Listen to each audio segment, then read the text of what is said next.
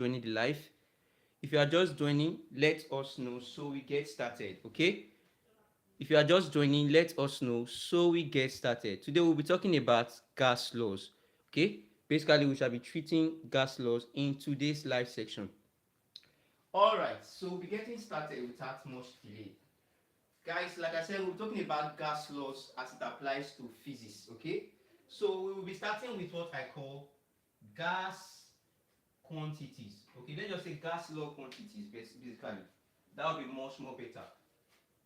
Or what do you think? Gas quantities is better. Gas quantities, basically, we'll be talking about quantities that applies to gases. Basically, we know them to be volume, we know them to be pressure, and then what else? We have the last one, which is what? Temperature. So you cannot be talking about or describing gas or their behavior without making mention of these three quantities. Okay? I'm just kind of keeping everything short. Alright, these are the quantities as they applies to gas. These three of them. Alright, if you are just joining, like I said, do it to let me know so we progress. Do it to let me know so we progress. Thanks for joining the live stream. All right. So basically, I'll be adding their XI unit. What is the XI unit for volume? The XI unit for volume, XI unit is what? Meter cube. That is the SI unit for volume. Alright? So same way for what they call it pressure. The XI unit is Pascal. Pascal. P-A-X-C-A-L. Abbreviated as P small a. This is the XI unit for pressure. Alright? Now for temperature, the XI unit is Kelvin. The symbol for it is capital K. So take note of all this before we get started.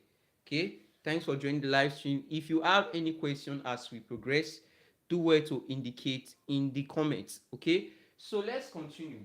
Now, sometimes when we are calculating questions on gas law, we might not be given the XI unit directly. Okay? They might give us, let's say, the volume in another unit.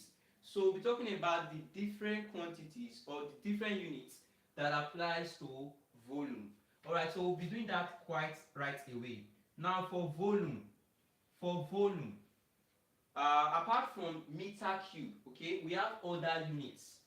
Other units. So we'll be looking at the other units we can use for volume. Alright, so this is how we are going to do it. Let's see how I did it in the notes I prepared for today's class, so that I won't just, scatter it all around. So this is it. There is something called liter. Okay? 1 liter.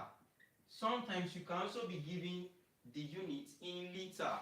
And this 1 liter symbolized by L is equivalent to 1000, okay, cm cube. This is cubic centimeter, okay, cubic centimeter, and this is also equivalent to 1000 milliliter. All right, so apart from this, is also equivalent to 10 raised to power minus 3, or perhaps you don't like it in, should I say, standard form. Let's leave it in decimal. It's equivalent to 0.001 meter cube. So these are the different quantities for, unit for what? Volume. So in case you are given in cm cube and you are asked to convert to liter, you can use this relationship that 1 liter is equals what? 1000 cm cube. Then you find your answer. So like I said, if you are just joining, indicate, and if you've got questions, do ask in the comment section. So let's move on from this. All right. If you ask, what is volume? Volume is simply the amount of space that a gas, because we are talking about gases here, the laws that applies to gas. So you can define volume as the amount of space a gas occupies. That is for volume. Now, apart from that, we said that there's also pressure. All right. So let's see other units that is used for pressure. What are the other units? Now let's get right away to them. So apart from the fact that we have Pascal, there are other units we can use. There's what we call atmosphere. Atmosphere is a unit for pressure. One atmosphere. One atmosphere. Now from this first three letter ATM, we can now say that the abbreviated form for atmosphere is what? Bracket ATM. They can use dot to separate it. So this is it. 1 ATM or 1 atmosphere is also a unit for pressure. And take note, it is equivalent to 101,325 Pascal. Remember, Pascal is the SI unit for what? Pressure. So this is the equivalent. 1 atmosphere equals 101,325 Pascal. And from here we can also say that it is equals to 101,325 Newton per meter square. So observe this. 1 atmosphere is equals to 101,325 in Pascal, and that is also equals to 101,325 in Newton per meter square. So this is it. It therefore means from here that Pascal is equivalent to Newton per meter square in terms of relationship between them both. So like I said, we are talking about gas laws. So apart from this, we have other units that applies to gases for pressure. Let's check them out. All right. So apart from that, we also have what is called millimeter of mercury. So it is equals to 760 mm. This same 1 atmosphere is equals to 760 mm. Mm stands for millimeter. And then we had another unit, Hg. Now Hg is the chemical symbol for mercury. So this guy here, mmAg, is another unit for pressure. We call it millimeter of mercury. So 1 atmosphere equals 760 what? Millimeter of mercury. And we are not done. There's still another unit. That is torr. From here we can say it's also equals to 760 in torr. This is the spelling, TORR. So this is another unit for what? Pressure. Alright? And there is the last one. That one is equals to 1.01325 in bar. So these are the different units we use for volume and what? Pressure. So back now we'll be going straight to the ones that applies to what they call it, your temperature. Right? So these are the units. For temperature, right, it's quite shorter. For temperature in physics, we mostly work with 2 units when we are dealing with gas law. We mostly work with 2 units, and that is the Kelvin. If it was given in Kelvin straight, just work with it. But if it was not given in Kelvin, let's say it was given in other units like the degrees Celsius, how do you convert to Kelvin? Because for gas laws, the temperature must always be in Kelvin. If it's not in Kelvin, you have to first of all convert it to what? Kelvin. So this is the conversion factor. To convert to Kelvin from degrees Celsius, let's say they said a fixed mass of gas occupies a volume of 60 cm3 at 27 degrees Celsius. You have 27 degrees Celsius. We don't work with that. We have to convert it to Kelvin. And what do we do to convert it to Kelvin? We say Kelvin is equals to 273 plus the value in degree Celsius. So this is mostly what we use to convert to Kelvin. The value that was given in degrees Celsius, in this case we said is what? 27. You add this fixed number 273 to it, and that gives us about 300. So we now say 27 degrees Celsius is equivalent to 300 Kelvin.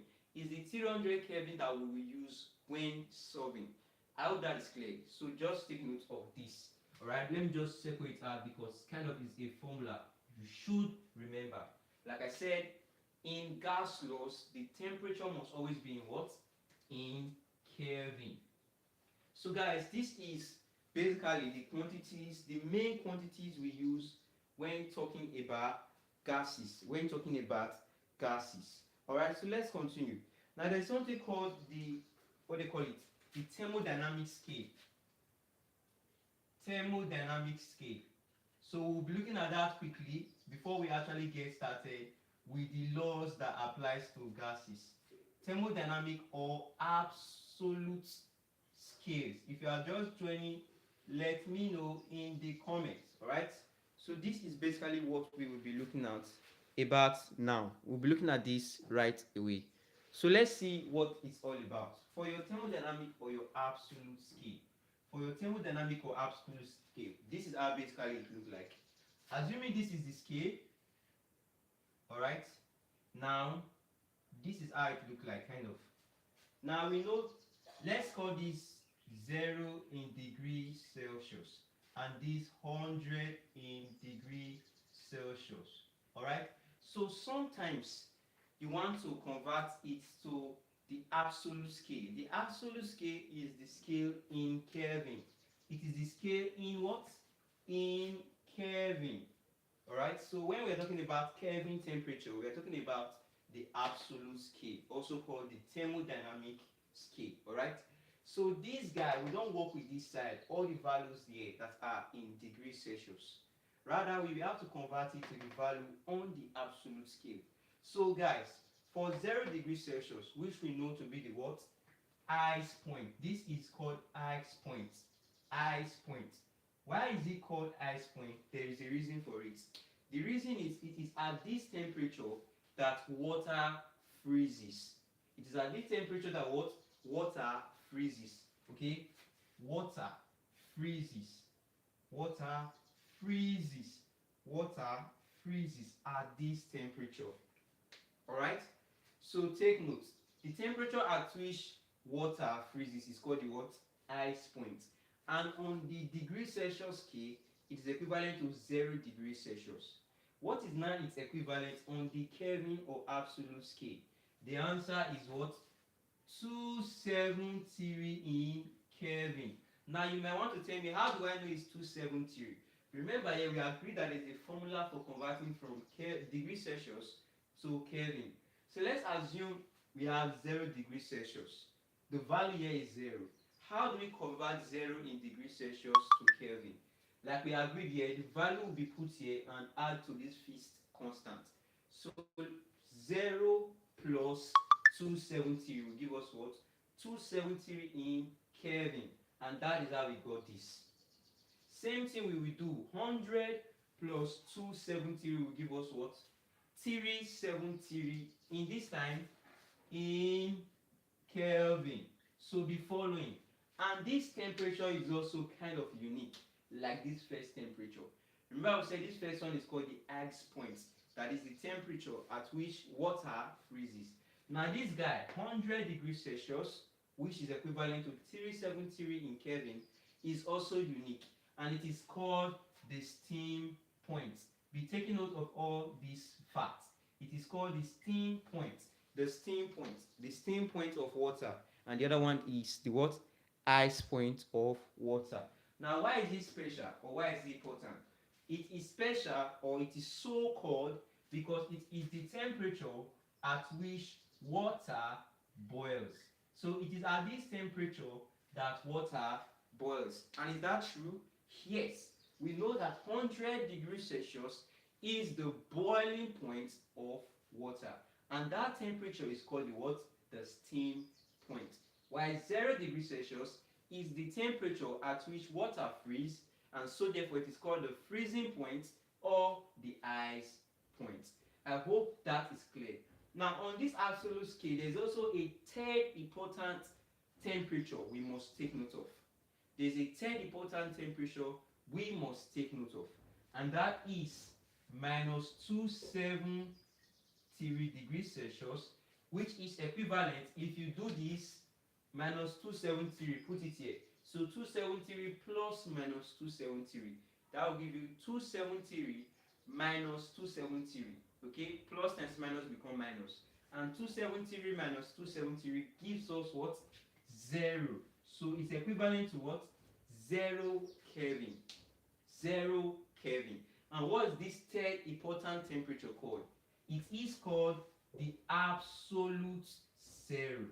The absolute zero. So take note of this theory temperature. Mind you, it's going with a negative sign, minus 273. Okay? It is called the absolute zero. It is called the absolute zero. And basically, there is something about it. Why is it so named? What actually happened at this temperature? Why is it called absolute zero? So basically, I would love to write it in brackets here, but let's see if it's possible. Okay? Let's just write on it separately. What is the absolute zero? What is the absolute zero? So guys, we'll be talking about this third important temperature on the thermodynamic scale. If you are just joining the live, let me know in the comment. Thanks for joining. So basically, let's talk about the absolute zero on the thermodynamic scale. Now, it is at this temperature, okay? At this temperature, let's just start that way. At this temperature, okay, the volume, we continue, the volume of an ideal gas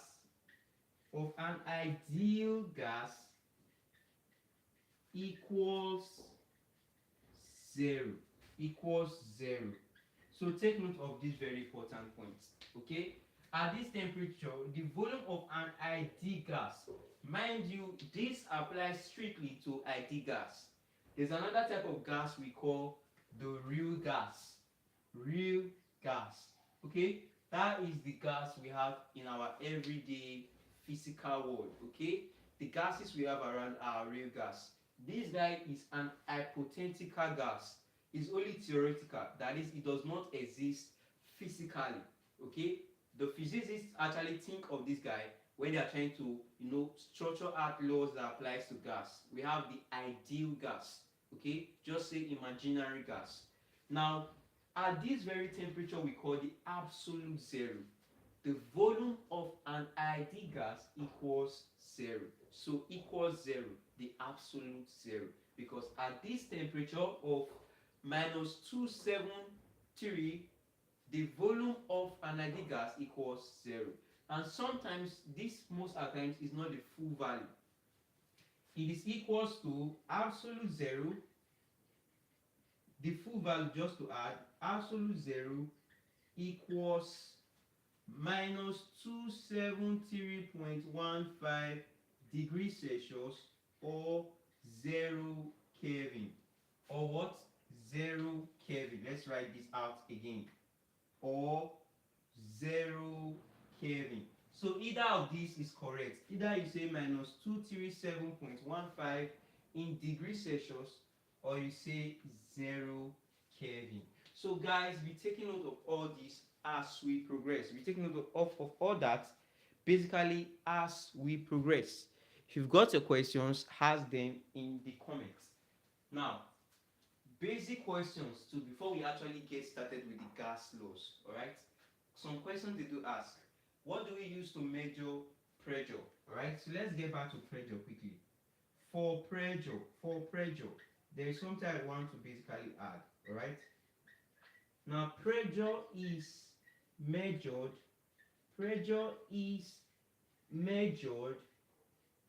using a what? Using a barometer. Pressure is measured using a barometer. First thing noted. Pressure is measured. The instrument we use to measure pressure is what? A barometer. Alright? Now, sometimes they want to be specific. Apart from this very type, what do we use to measure gas pressure? Now, for gas pressure, the instrument is kind of different. For gas pressure is measured using which instrument, guys? It is called a manometer. So if you are just seeing this for the first time, take note of them. While normal pressure, we measure it every day with what? Barometer. Our gas pressure is measured using a what? A manometer, right? That is for that. And temperature, like we all know, is measured using a what? A thermometer. So we can just add that straight for temperature, all right? For temperature, quickly, instrument used is what? A thermometer. A thermometer. So quickly, guys, take note of all these names. Take note of all of them. They are just to form the basis of what we're about to be doing. Alright, so the instrument we use to measure temperature is what? Thermometer. So that is for that. That is basically for that. You can go through everything that was explained so far, or that is explained so far. Alright, so about now we'll be going to the gas laws themselves. We'll be going into the gas laws themselves. Alright. So if you've got any question regarding this first part, do it to drop it. Okay. Perhaps you go through the questions later. You have your question. Let me know. Alright. So let's get started with the gas laws. You can take a screenshot. If you are doing that, take a screenshot. So we get started with gas laws. We are done with gas quantities. Talk about the volume, pressure, temperature. There are different instruments. We talk about the absolute scale, and then there are different units. All right. So let's get started with gas law. I'm clean. Let's get started with the gas laws. Gas laws. Gas laws. For gas laws, they are not much kind of for the gas laws as they apply to physics. Okay, in chemistry, they can be more than the one we have in physics. Okay, but I'll just be sticking to the ones we basically encounter in physics. So let's see gas laws in physics. Gas laws in physics. Gas laws in physics. So this is it. The first one we'll be talking about for today is the one we all know to be Boyle's law. Boyle's law. So this is it, Boyle's law. Now what is it about Boyle's law? What is, or what does the law state? Now Boyle's law states that the volume of a fixed mass of gas is inversely proportional to its pressure, provided that temperature remains constant. Expressing that mathematically, it states that the volume, or who was the guy that stated it? Let's start from somewhere to get to somewhere. We can start with this. Boyle's law. Okay? Boyle's law. Alright, sorry for the disturbance or the interference network issue. So we progress. Apart from the fact that Boyle's law was stated by Robert Boyle, okay, like I was trying to state, it states that the volume of a fixed mass of gas is inversely proportional to pressure, provided that temperature remains constant. Okay, I'm just trying to save space that I did not write it out. It states that the volume of a fixed mass of gas, the mass of the gas should not change throughout the experiment. Let's say you're trying to experiment on Boyle's law. The mass of the gas used should be kept constant. So the volume of a fixed mass of gas is inversely, this is inverse proportionality. After you write the normal sign, you will put 1 over. It is to show that it is not just directly proportional to each other, but what? Inversely proportional. So the volume of a fixed mass of gas is inversely proportional to the pressure, or to its pressure, all right, provided that temperature, so I'm putting this in brackets because it's not really part of the relationship, provided that temperature is constant. So temperature should also be kept constant. Temperature should be kept constant. Okay, so take note of that. While we agree that volume, or sorry, the mass of the gas used should be constant, the temperature of the gas should also remain constant. Temperature should remain constant. All right. So that is for the statement of Boyle's law. From this, using symbols instead of volume, we can write V. Okay, inversely proportional instead of pressure, we can write P, both in capitals. Alright? So this is it. This is the statement of Boyle's law. Now, in place of this proportionality sign, we can introduce a constant.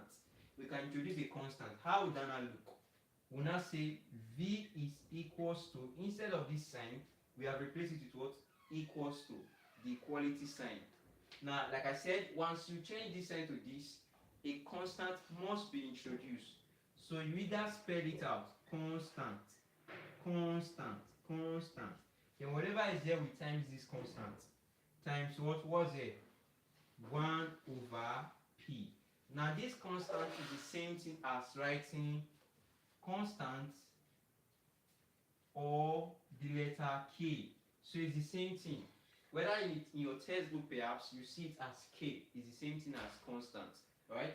So let's work this out from here. We can now say V equals to constant times 1 gives us constant over P. So we are making good progress.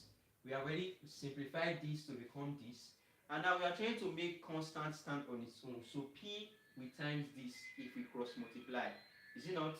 So P times V gives us PV equals to what will be left? Constant. What will be left is what? Constant. So guys, this is the statement of your Boyle's law. This is the statement of your Boyle's law. When pressure times volume, the value will always be constant. And because in questions, we are not just asked to state the formula, which is this, okay, this is the statement, this, and this is the formula itself. Because we are not just asked to state this, we are asked to solve. And in those questions, we will be given an initial condition and then a final condition. They will say if a fixed mass of gas occupies a volume of, let's say, 10 cm cube under a pressure of, let's say, 600 millimeter of mercury, what will be its volume when the pressure is changed to that? So we are asked to solve comparative case. This is this. What is it when it's that? Alright, sorry for the network break. Let's continue. So like I said, this is the formula we mostly work with when we are solving questions on Boyle's law. Alright? So take note of the formula. Alright, back now we'll be going on to questions on Boyle's law. We'll be using this formula basically. Let's see how we solve questions using this formula on Boyle's law. So I'll be cleaning this part of the board. We'll be using this part of the board. If you've got any question, let me know in the comments. If you've got any question, let me know in the comment section. Let's see how this will look like for, what do you call it? Boyle's law. So let's take a question on Boyle's law and see how it will be like. So this is the question we are asked to solve basically. Let's see the question we are asked to solve. Question. They said a fixed mass of gas,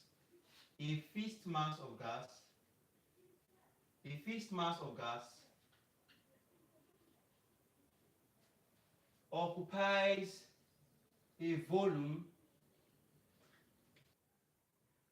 Alright, sorry for the network break. We will be continuing right away. Alright, so if they have said a fixed mass of gas occupies a volume of 50 cm cube under a pressure. Alright, sorry for the network break. We're having some network disturbance. So let's see. They said a fixed mass of gas occupies a volume of 50 cm cube under a pressure of 600 millimeter of mercury. The question is, what will be its volume? What will be its volume? Okay, let's see. When its pressure is, let's say 750 mmHg. So guys, this question is kind of straight and direct.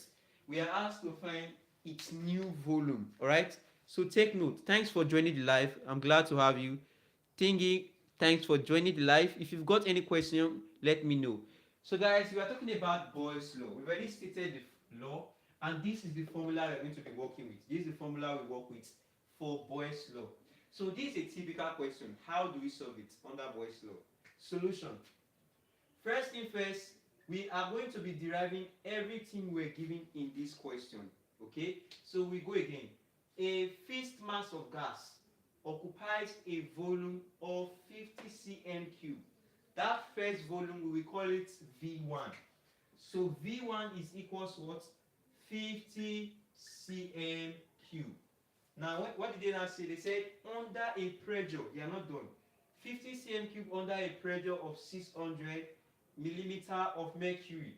So this pressure is the P1, 600 mmHg, millimeter of mercury.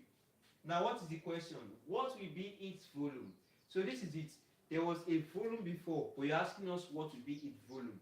So we will call this first volume initial volume, and this second volume the final volume, right? And how do we represent final volume? V2.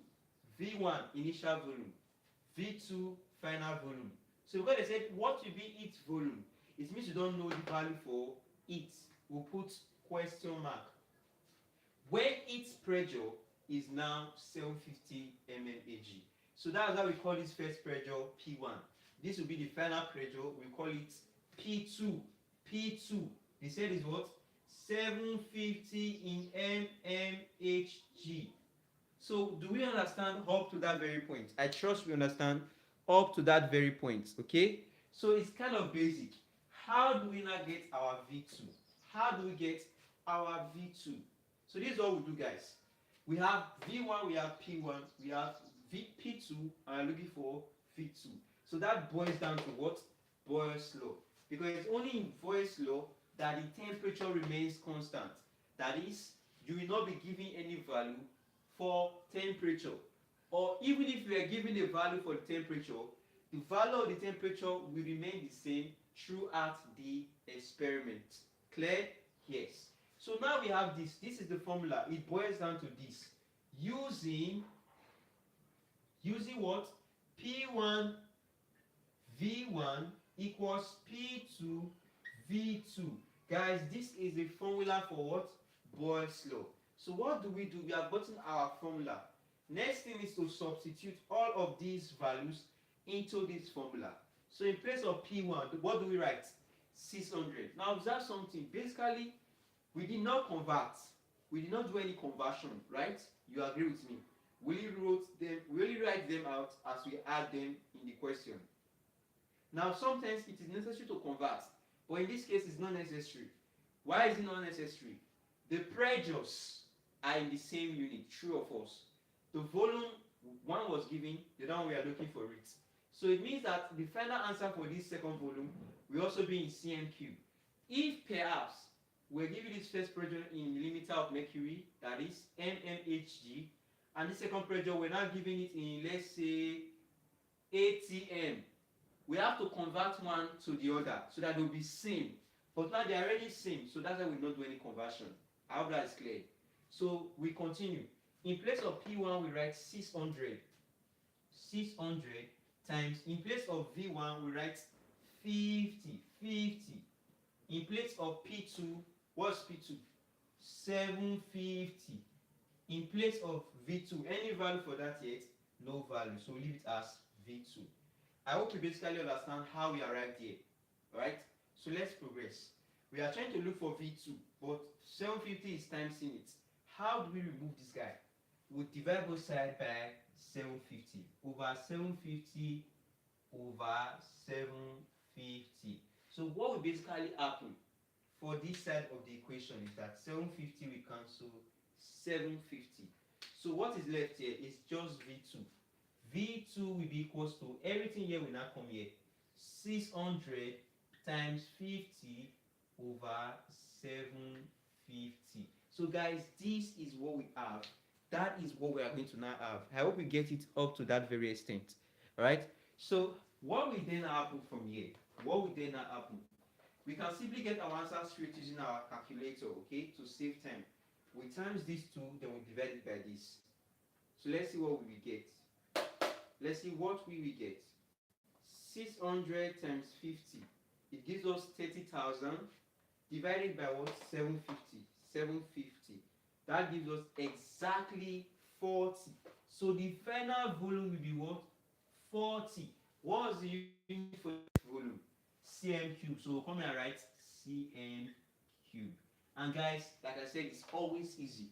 That is the answer to this question. So I've basically showed us how we use this formula to solve questions in Boyle's law.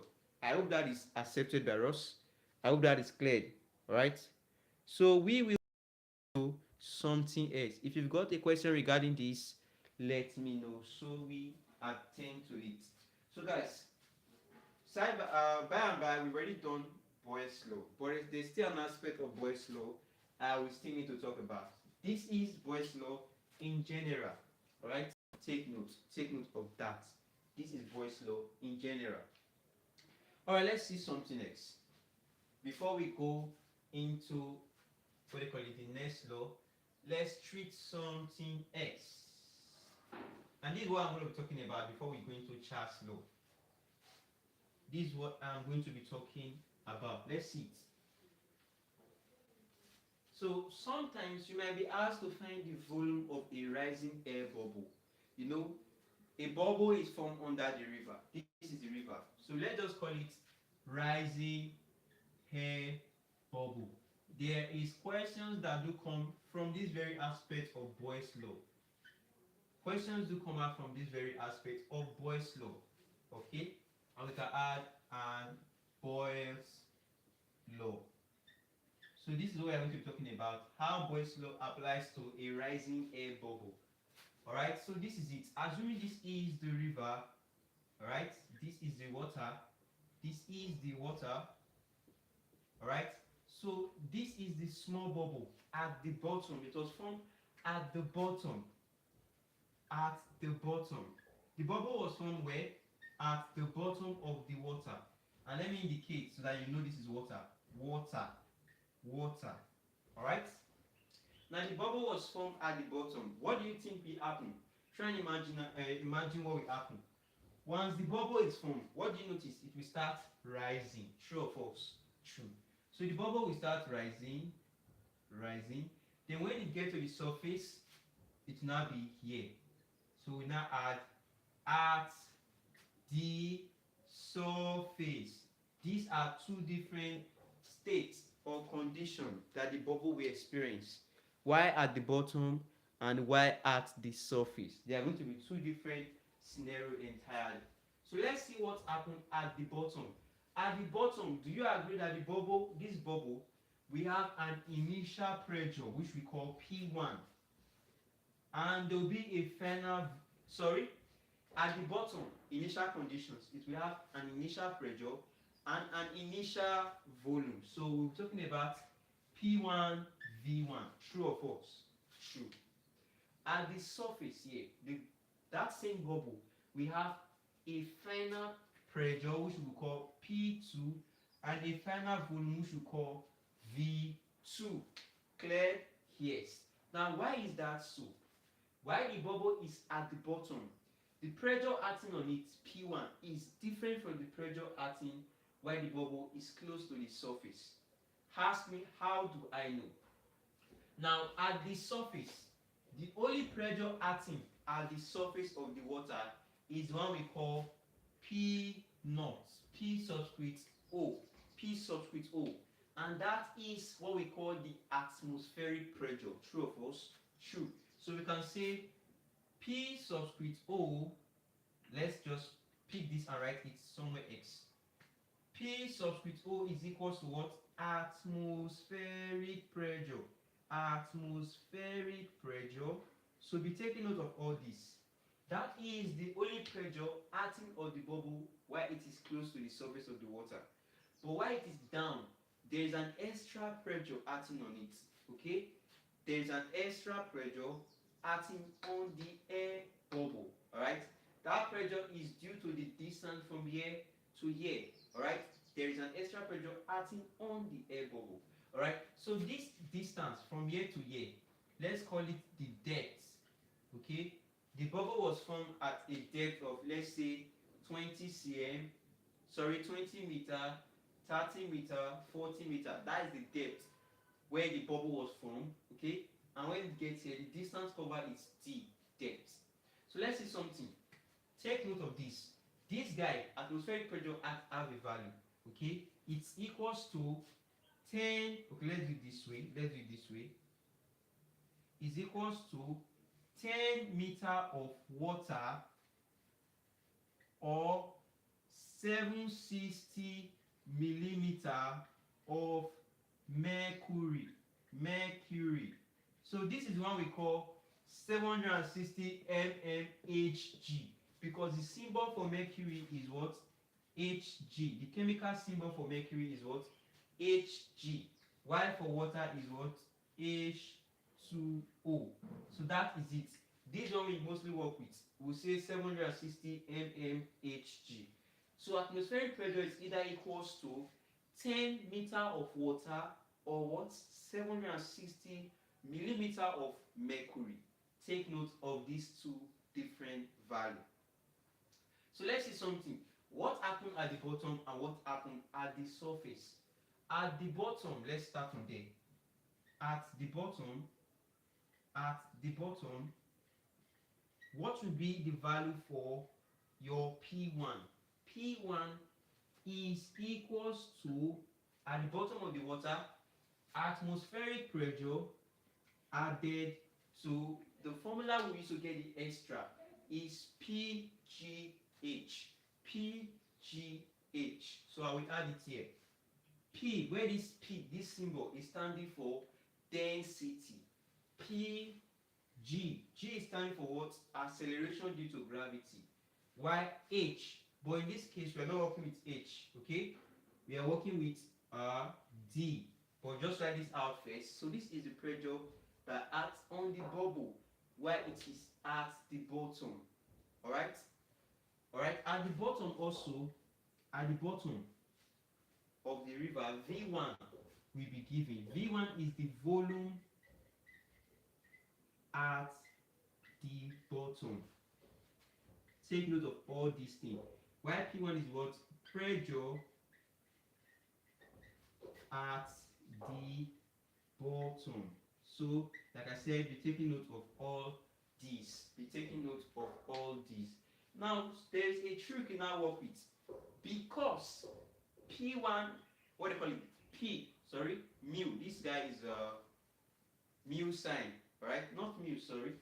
This symbol, which is for density, like a P in slang form, we add it here. P equals density. And in this case, we are talking about density of water. So take note of this.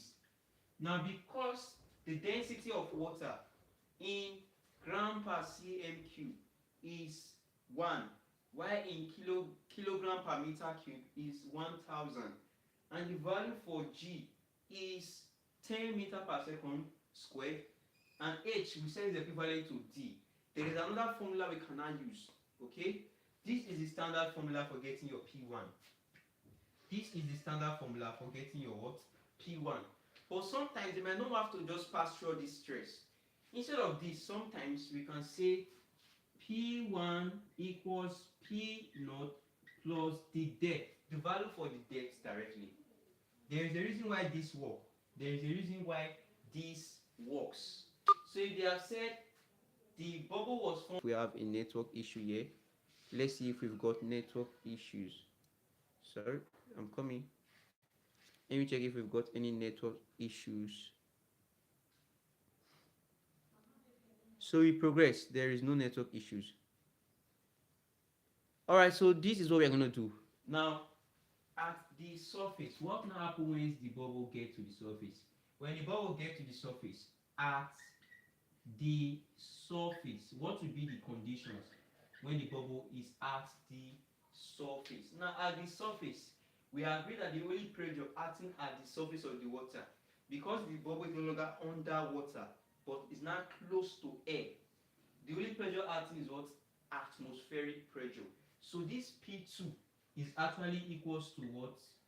P0. And what is P0? P0 is what? Atmospheric pressure. And what's the value for water? Because we are talking about water. 10 meter. 10 meter. Alright? So at this surface also we have V2. This is going to be the volume at the surface. Okay? Why this will be what? The pressure at the surface. At the surface. At the surface. Alright? So take note of this. So what do you now think? From Boyle's law, P1 V1 will be equal to what? P2 V2. Is it not? Yes. So how do we now join this to this and this? Instead of P1, what do we write? We are going to write what? What do you have here? The equivalent. P0 plus PGH. Alright? Instead, okay, we have V1. It will be equals to what? Instead of P2, what do we write? P0. P0 times, we will now have what? V2.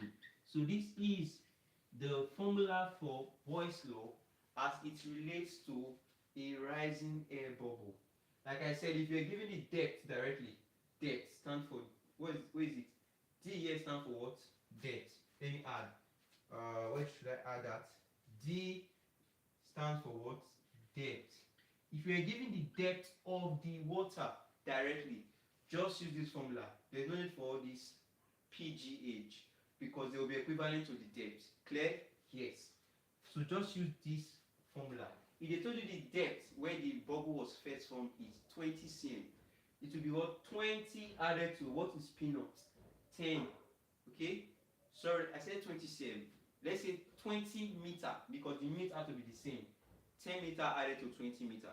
If they said the bubble was formed at a depth of 20 meter, to get the initial pressure, it will be 20 meter added to what? 10 meter. So you'll be working with what? P1 equals to what? 30 meter. P1 will be 30 meter. Clear? Yes. So we'll be taking a question on this to see how it works. I don't want to just leave it like this. Let's take a question on it. So I can also say, or P0 plus D, alright, V1 equals to P0 dot V2. So this formula can also work for, what do you call it? A rising air bubble. So kind of circle this out. So take note of these two formula. Take note of these two formula, right? So let's continue. Let's continue. If you've got questions, ask in the comment section. So take note of the two formula. This. So let's go straight into Charles' law. Charles' law. All right. So this is it for Charles' law. Charles. Is that Charles? Charles' law. This is Charles' law. Charles. Charles' law. All right. First thing first. Who postulated the law? Charles' law. This marker is getting fade. Let's use the other one. Charles' law was stated by Jacques Charles. So this is the guy who stated the Charles law as we know it. Was the first guy who originated it. Alright? Now let's see. What does the law state? Charles law states that the volume of a fixed mass of gas. If you observe for your Boyle's law and generally gas law in general, the gas should be of a fixed mass. The mass of the gas should not change throughout the experiment. So the volume of a fixed mass of gas, I'm stating below now, is directly, now we are talking about direct proportionality, is directly proportional to its temperature. Volume of a fixed mass of gas is directly, so they are kind of direct proportionality to each other. V is directly proportional to temperature, provided that pressure remains constant. So in Charles' law, what is constant? What is constant? It is what? The pressure that is constant. Pressure is constant.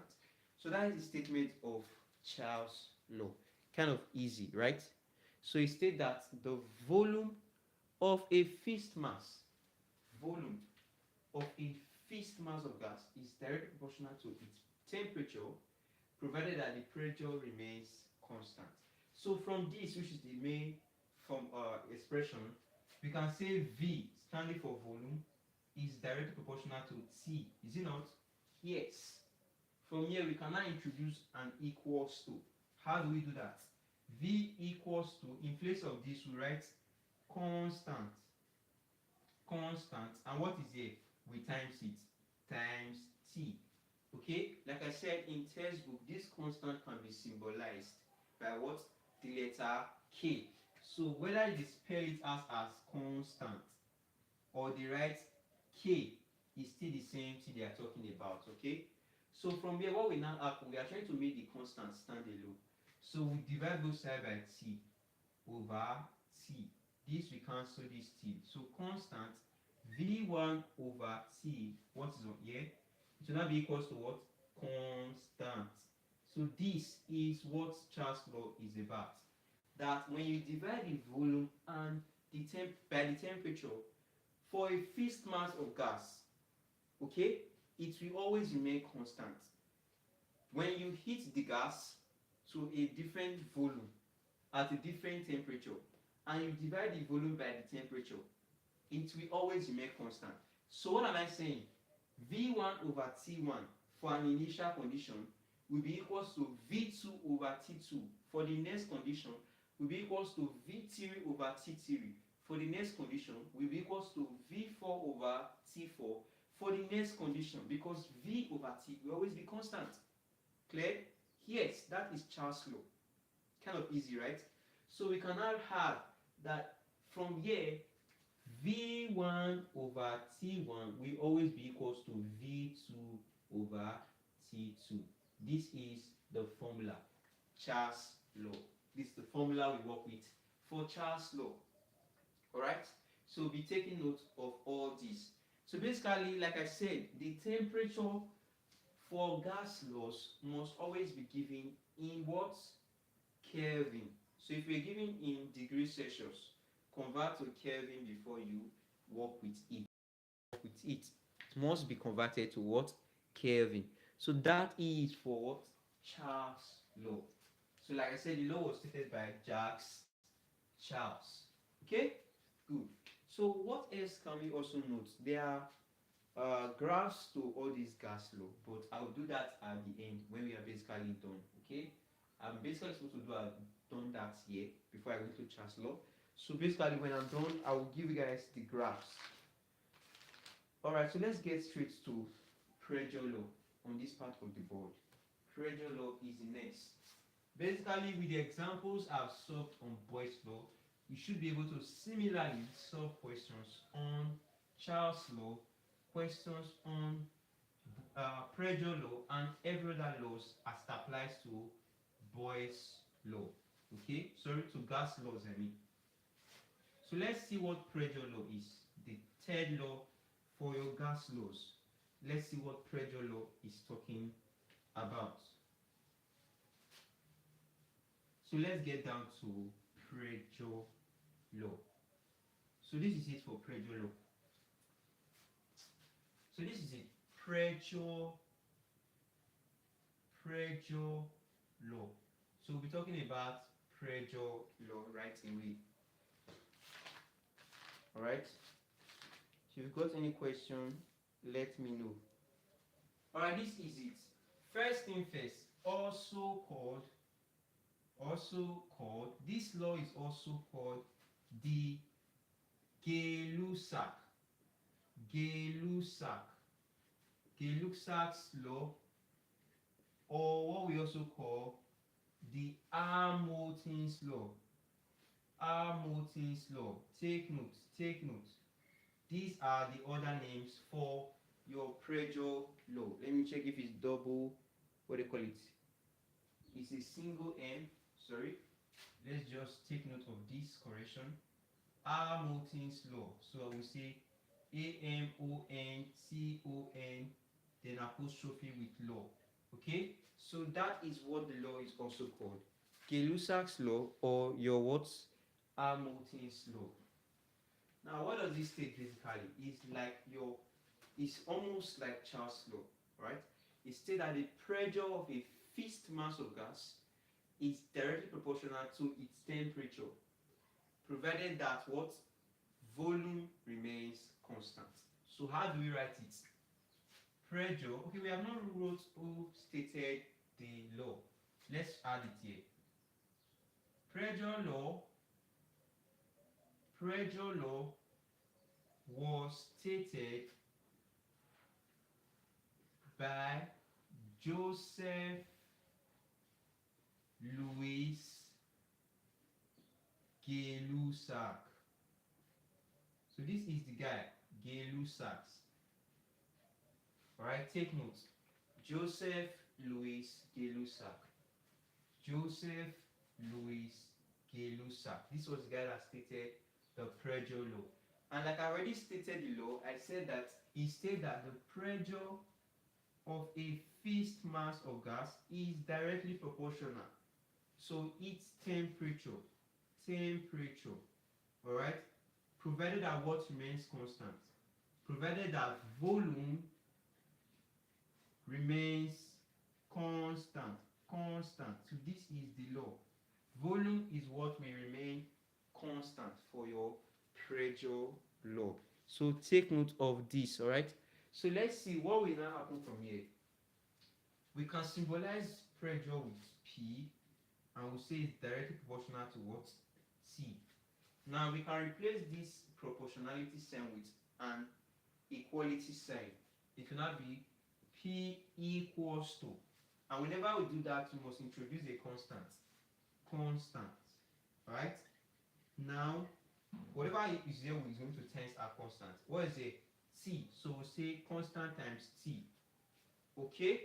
Like I said, whatever is there is what times the constant, so times T. Now we're trying to make constant stand alone, so we divide both sides over and over. What are we dividing with? Whatever is attached to the constant. Over T over T. T cancel T here. So you can now say P over T is equals to constant. And this that we have arrived at is the statement of your pressure law. That whenever you carry out an experiment on pressure law, keeping the volume constant, the value for the P at a corresponding temperature, when you divide the pressure with the corresponding temperature, it will always be equal, okay? It will always be constant. So let's say initially I got a P1 value and a T1 value. When I do that division, P1 divided by T1, it will be equal to the value I get for the next set of value, that is P2 divided by T2. It will also be equal to the value I will get for the third set of value, that is P3 divided by T3, okay? Equals to the fourth and fifth. So the guy therefore concluded that P over T will always be constant, and this is what the law states.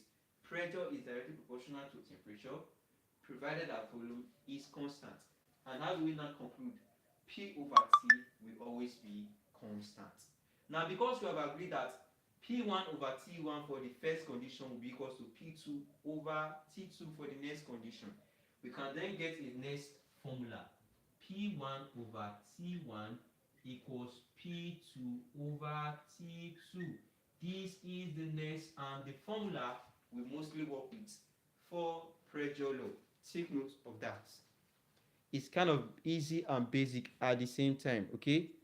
Just go through them, solve questions using them, and then you are good to go. Like I said, temperature should always be in what? Is it in Kelvin or in degrees Celsius? The answer is what? Your temperature must always be in Kelvin. Alright? So this is it. We'll be going straight to the next. Not really a law, not necessarily a law. I won't call it a law. It's just basically an equation we work with for gas laws. Right? Let's see what it is. Let's see what it is right away. So this is the equation. This is the equation. It is called the general gas equation. Alright, so this is what I'm talking about. Now, this guy was formed by joining our understanding of Boyle's law to our understanding of Charles' law to our understanding of pressure law. So there was not a general equation they got, right? So this is how it looks like. PV over T is constant. Alright, I could have shown you the derivation, okay, if you care for, but this is what is more important. So in case you are just looking for how we arrive at this, remember we said that volume is inversely proportional to pressure. For this same volume is directly proportional to what? Temperature. Volume is inversely proportional to pressure. Which law is that? That is Boyle's law. Volume is directly proportional to temperature. Which law is that? That is what? What do you call it? Charles' law. Alright? And we know that pressure is directly proportional to what I call it, temperature. So that gives us your pressure law. So these are the different laws as they applies to how I call it, gas law. So basically, still checking through. Okay, let's just do it this way because I can be checking out some stuff. For Boyle's law, remember we said that for Boyle's law, volume is inversely proportional to pressure. For Charles' law, we said that volume is directly proportional to temperature. While for pressure law, we said that pressure is directly proportional to temperature. True or false? True. So when we combine these three different formula, we arrive at a formula at an equation, which we call the general gas equation. Like I stated already, it said that PV over T will always be constant. So if I have a set of value initially, which I call P1 V1 over T1, and I kind of change the temperature to get a new set of PV and T that we call the P2 V2 over T2.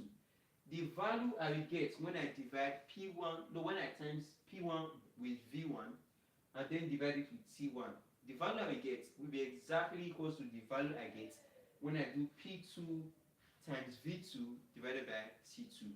So we can then add that the general gas equation is P1 V1 T1 equals to P2 V2 over T2. And this is the one we mostly work with. And this guy, like I said, is called the what? The general gas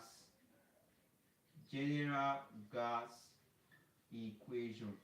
Same thing applies here. So both of them, it's called the general gas equation. So this is the one we basically work with. Alright? Even if you do for a third set of value, P3 times V3 over T3, the value that you get using that equation will also be the same. So it basically remains constant. Alright, so that is for general gas equation. So like I said, we are basically adding this to this. So when we add up the theory, we arrive at this guy, general gas equation. Alright? So that is for that. We go on to the last, should I call it? Yes, an equation, the last equation as it applies to your gas laws. Then we look at graphs. Okay, so let's see the last equation. It is called the ideal gas equation.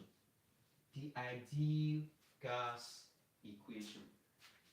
For the last, which we call the ideal gas equation. What is the equation like? Right? So let's see the equation. It states that PV is always equals to nRT. The value you get when you times the P with the V is also always equal to the value you get for your nRT when they are multiplied. So P is what? Pressure. Pressure in which unit? in Pascal or Newton per meter. This is physics. This is physics. So basically, this is what we are working with. Okay. So if the pressure was not given in Pascal or Newton per meter square, what do? You convert using the different unit for pressure that I gave. Okay. The one concerned and the one you want to convert it to. You just draw a relationship and you convert. So pressure in Pascal, which is the same thing as the pressure in Newton per meter square. V here stands for volume, and this volume should be in meter cube. So if we're given the volume in liters, using the relationship I gave when I was talking about gas quantities under volume, you convert first to what? Meter cube before you work on the question further. Now N here stands for the number of mole. Number of moles.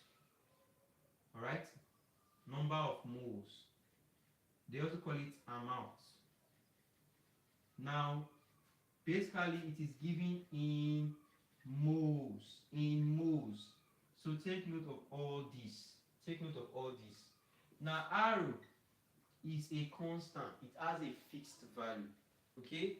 R is a constant. It always has a what? A fixed value. In the first place, what is R called? It is called the universal gas constant. So this is the name for R. Okay? This is the name for R. And what is its value? It's equivalent to 8.314 joule per mole per Kelvin. So guys, take note. It's equivalent to 8.314 joule per mole per Kelvin. That is the value we work with when we are talking about the ideal gas law in physics. Right? So there's another value basically, but that applies to chemistry. Okay? Because we barely deal with liters in physics. Alright? Liters, dm cube, all those stuff. Alright, let's continue. The last one here is temperature. And like we said, T stands for temperature. And the temperature must always be in what unit? The temperature must be in what unit? If you've been following the life to this very extent, you should know. Is it in degrees Celsius or in Kelvin? The answer is what? In Kelvin. In Kelvin. K for Kelvin. K for Kelvin. So once you're able to put this together, you can solve any question that applies your what to your ideal gas equation. You have this, you're looking for N. Put the value for this, and then temperature. You can make N subject. You will get your answer. It's that basic, okay? It's that basic. Alright, that is for that. That is for ideal gas equation. So we talk about Boyle's law, we talk about Charles' law, pressure law, also called your Gay-Lussac law, or your Hamilton's law. We talk about the general gas equation, and lastly the ideal gas equation. So guys, now we have talked about all this. There are some graphs that applies to the laws we've stated.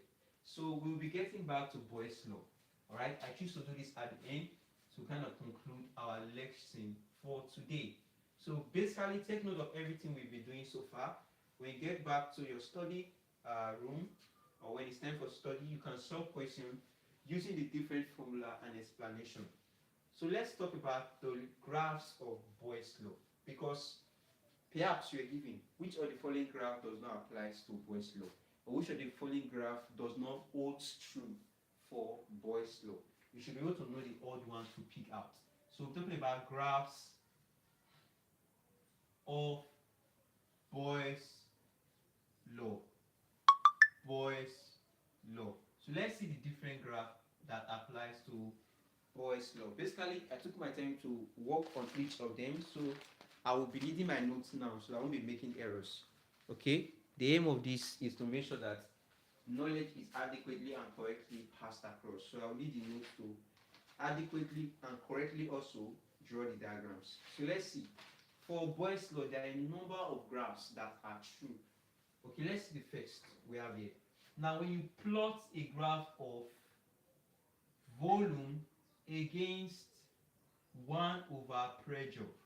How will the graph look like? The answer is it will be a straight line graph through the origin of the graph. So this is the first graph and how it looks like. Now, what if you choose to do something like this? You are plotting pressure against 1 over volume. Okay?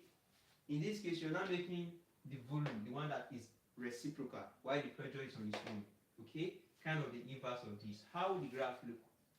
It will be a straight line graph, also through the origin.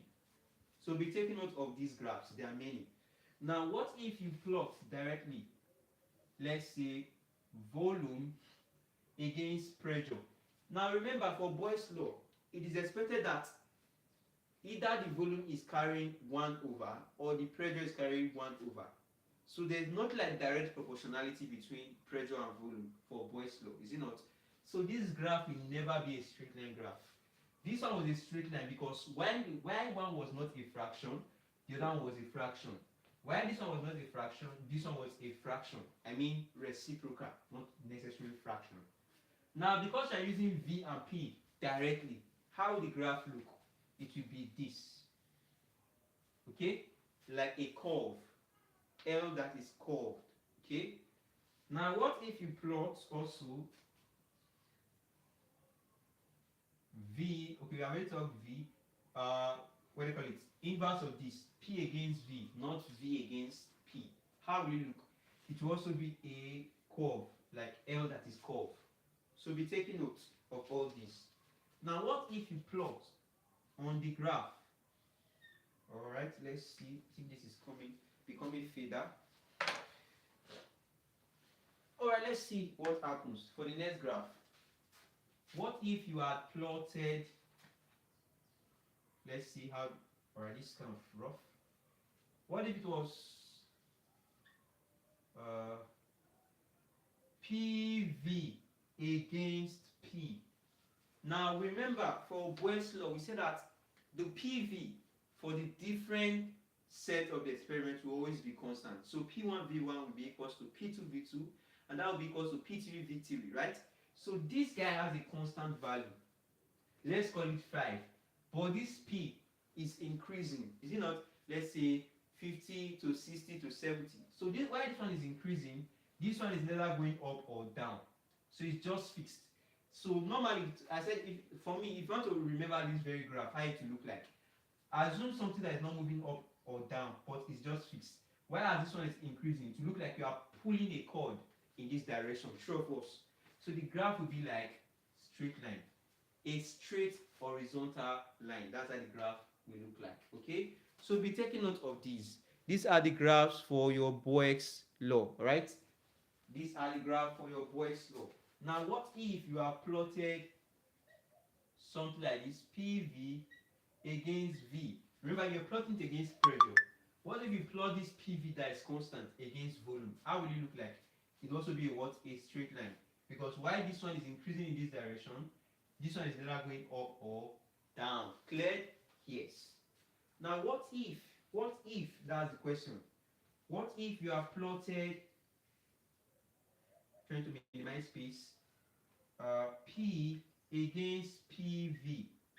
What if this was the graph? Now, the constant is now on the x-axis. So it's neither going to be going this way or this way. But this guy is going to be increasing upward, is it not? So assuming the value is here, fixed, as this one is increasing upward, just think of a cord that you are pulling upward. So it's like going to be this. So this is how the graph will look like. Because it's never going to be going in this direction or this direction. Because this one is increasing upward, you just like you are pulling something upward. So this graph is also true for Boyle's law. Now be taking note of the shape of the slope of the graph. These shapes. That's what they will check out for. Imagine they have drawn plotted P against PV. Imagine we have plotted P against PV, and then I said option A is a straight line graph through the origin, and do it like this. Is that true? No, it's not true. Rather, it will be like this, right? So be taking note of the slope. This guy, how it will look like, just say cram it. All right, let's continue.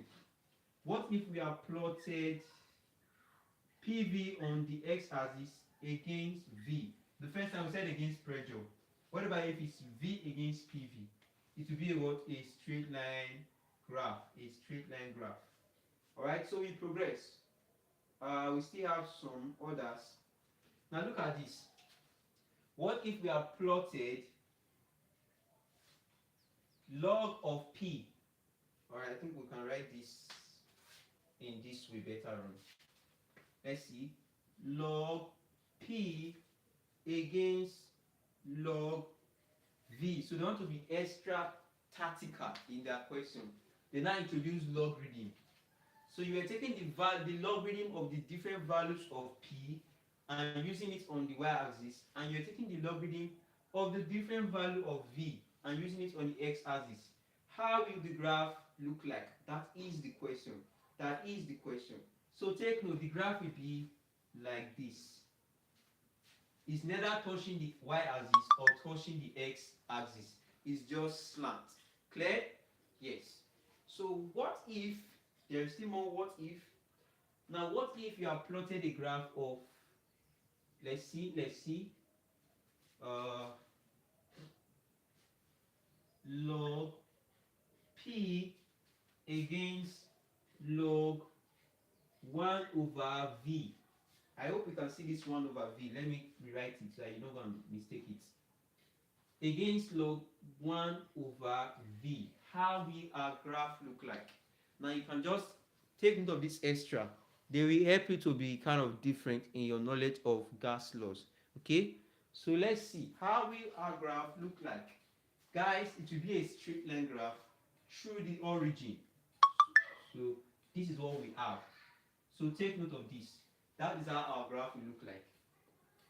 Now what if again we have plotted, what do we have here? Let's see this next graph. What if we have plotted logarithm of PV, right, against log V? How will our graph look like? Now PV is constant, so the logarithm of PV is going to be just a single value, a single constant value. So while logarithm of V is increasing, logarithm of PV is just a single value, so we neither go up or down. So it's like you are stretching a cord in this direction, like this. This is going to be our graph, right? Good. Now what if it was log, let's see the last, log PV against log P. Now no longer V but P. So while P is increasing, PV is just a single value, so it will be like this. I hope this is clear to us. I hope all these graphs are clear to us. Let me know if they are clear to you. So we continue basically. Alright, let's see what we have now. So we will be going to the graphs for your Charles law. Take note of all these graphs that applies to Boyle's law. Let's go to Charles law graphs. So we'll be going straight to the next, which is Charles law and its graphs. So let's see the graphs as they applies to Charles law. Take note of all these important graphs. Okay, take note of the important graphs that I have given on the board. So we'll be saying graphs of, I think this marker is becoming faded. Let's quickly refill. So we don't have bad work on the board. Let's quickly refill. If you have questions, perhaps you are watching this video at a later time, do ask in the comments. And if you find this teaching session very important and helpful, kindly subscribe and don't forget to drop a like, okay? It will go a long way to let me know that you will learn something from today's lesson. So that is for that. We'll be getting started right away. Let's get started again. Let's continue and finish our task for today. Oops. I hope this way. Well, let's just finish the class. So when you are plotting V against T, small t, now BT is in Kelvin, small t is in degrees Celsius. The graph will not start from the origin, but it will start from here. Okay?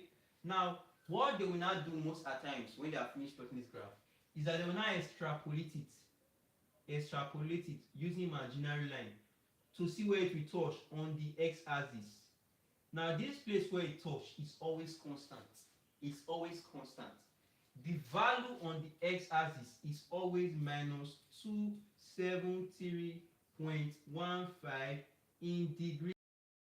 And like we know, what is this value? What does this value bring back to our mind? Absolute zero. Absolute zero. So the value, when we extrapolate further, because it was here, so we have to make it touch this x-axis. The value we get is always what? At this point, the value that is there is minus 273.15 in degrees Celsius. And this is called the what? Absolute zero.